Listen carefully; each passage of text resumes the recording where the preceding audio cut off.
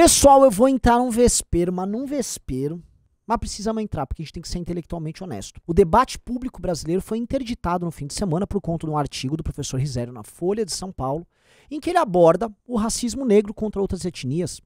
E isso parece que, vamos dizer, incomodou bastante parte da nossa elite cultural, intelectual, que está querendo abafar isso por algum tipo de razão. Vamos entrar aqui nessa discussão, que é uma discussão bem interessante, com honestidade intelectual e sem querer fazer polêmica barata. Entendam tudo, o tema que pode rachar a esquerda brasileira. Roda a vinheta.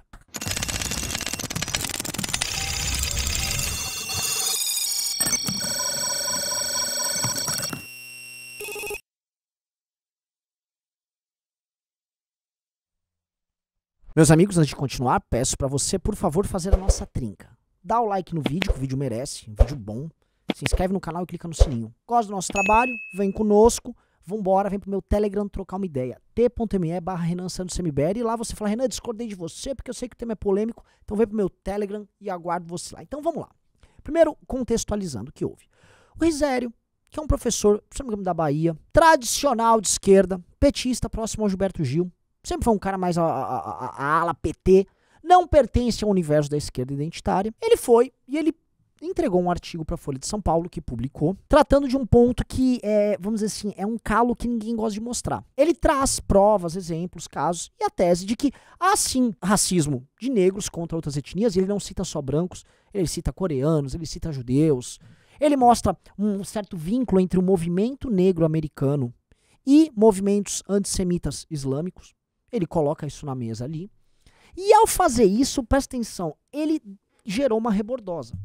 Porque grande parte de um certo movimento negro supremacista que está aí, misturado com essas elites profundamente brancas que estão na academia, na mídia, esses caras não podem permitir que esse tipo de coisa seja discutida. E veja só, este senhor, que é um senhor de esquerda, não negou em momento algum que haja racismo de brancos contra negros e que sociedades como a americana, que acho que foi o principal exemplo dele, tenham, como vamos dizer assim, norma, se eu fosse assim, olha, a maior parte do racismo aqui é um racismo de branco contra negro, natural. É um país de colonização branca, um país que teve escravidão, ele não está negando que houve isso. Mas, vejam, ele ao puxar casos de violências contra outras etnias advindos de negros, falando, isso aqui existe, e mostrar que isso é acobertado pela imprensa e pela intelectualidade, aí, meu Deus, esse senhor causou um problemaço.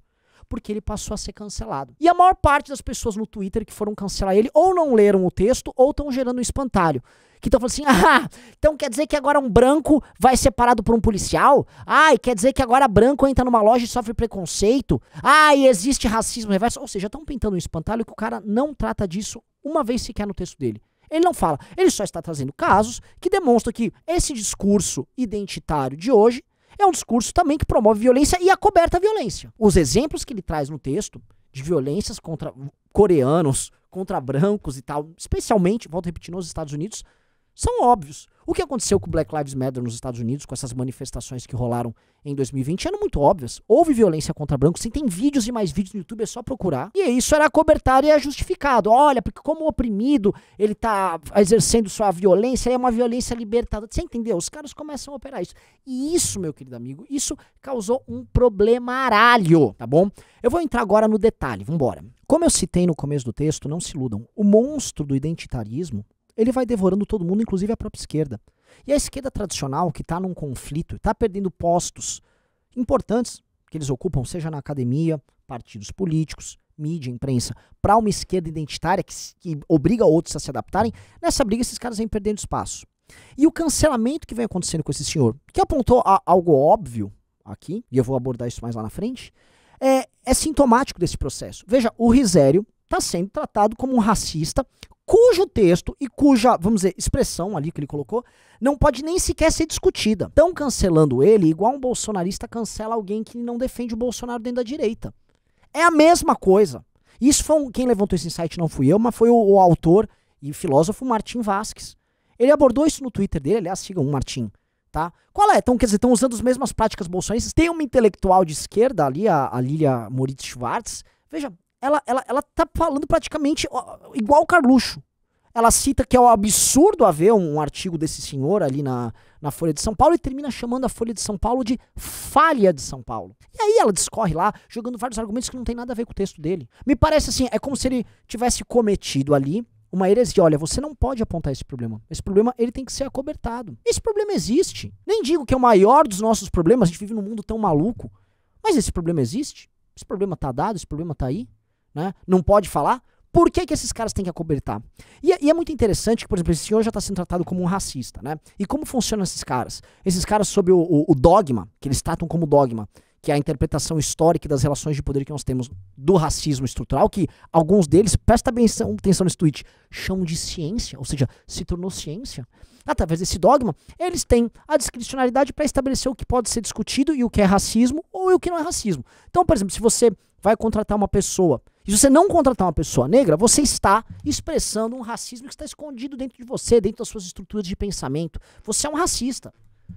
Agora, se um negro, uma gangue lá no Brooklyn, dá porrada no monte coreano, xingando os caras de coreano, ou em brancos e tal, não, você não pode falar isso. Esconda isso. Não, isso aqui, olha só, isso aqui é uma expressão da libertação tal, e mais, fazem uso de estruturas de poder que eles têm acesso. Na verdade, todos esses intelectuais supremacistas, vamos falar a verdade, têm acesso a estruturas de poder dentro da imprensa, na academia, são levados a sério, tem legisladores que defendem todas as teses deles. O problema disso aqui é que é até desumanizante, né? Porque o que os caras querem colocar? Que não existe racismo de negros contra outras etnias? Mesmo entre negros, na África não existe. O racismo está presente em toda a humanidade. E na verdade negros, eles possuem todos os defeitos e todas as qualidades de qualquer outro ser humano. O autor, o Risério, cita ali inclusive uma intelectual que traz a tese, olha só que bacana, de que o branco é uma raça inferior, ele perdeu a melanina, ficou mais burro, que o branco ele tem esse aspecto, vamos dizer, tirânico, agressivo, inato nele, e os negros não, né? Enfim, isso é bem desumanizante. É reduzir o negro ao quê? Ou uma eterna vítima, ou, sei lá, a um anjo de candura. Nossa, uma grande babaquice, né? Isso aqui é de uma tosquice. Até, assim, a história humana é cheia de exemplos disso. Até um exemplo que eu peguei agora, recentemente, muito interessante, que as tribos indo-iranianas, que se auto-intitulavam arianos, né? Eles costumavam ter uma relação ali de briga com seus vizinhos, e o termo ariano, para as tribos urálicas que ficavam ao norte deles, costumava denominar escravo, inferior, enquanto para eles próprios o ariano quer dizer nobre. Então veja, essas relações, eslavo, né, que é uma etnia, posso colocar um horizonte étnico ali no leste da Europa, é considerado, é base para a origem do termo slave em inglês. Então você tem no mundo inteiro expressões e escravidões e tratar outra etnia humana como inferior, nas mais diversas. Ninguém tem o privilégio ou, vamos dizer assim, o defeito de carregar uma ou outra. Somos todos humanos, certo? Ou não? Então, com isso acontece. Não é, estou perdido. Não. São alguns negros supremacistas ligados a brancos em espaços de poder, branquíssimos, né? Que querem parecer intelectual, tomam um vinho, eu tenho que encarar o racista que existe em mim. E aí, que podem determinar discricionariamente se você é racista ou você não é. E esse é o jogo. E nesse jogo de poder que está dado aqui, eu não vou nem entrar nessa discussão besta. Nesse jogo que está dado, eles estão apontando para um outro senhor de esquerda que trouxe alguns problemas, e eu volto a falar, a vinculação do movimento negro americano com organizações islâmicas antissemitas é histórica, é claro. E ele aponta o problema e aí, não pode tratar disso, não pode falar, abafa, não fala. Ué, por que isso? E cancelaram um intelectual agora de esquerda. Não cancelaram intelectual de direita, não. Não era o Olavo de Carvalho falando isso, só para ficar bem óbvio, bem clara a distinção aqui. Esse tipo de discussão vai ficar congestionada, porque muito provavelmente uma série de influenciadores bolsonaristas vão querer entrar. Vão querer, sei lá, fazer uma defesa do Risério aqui errada, né?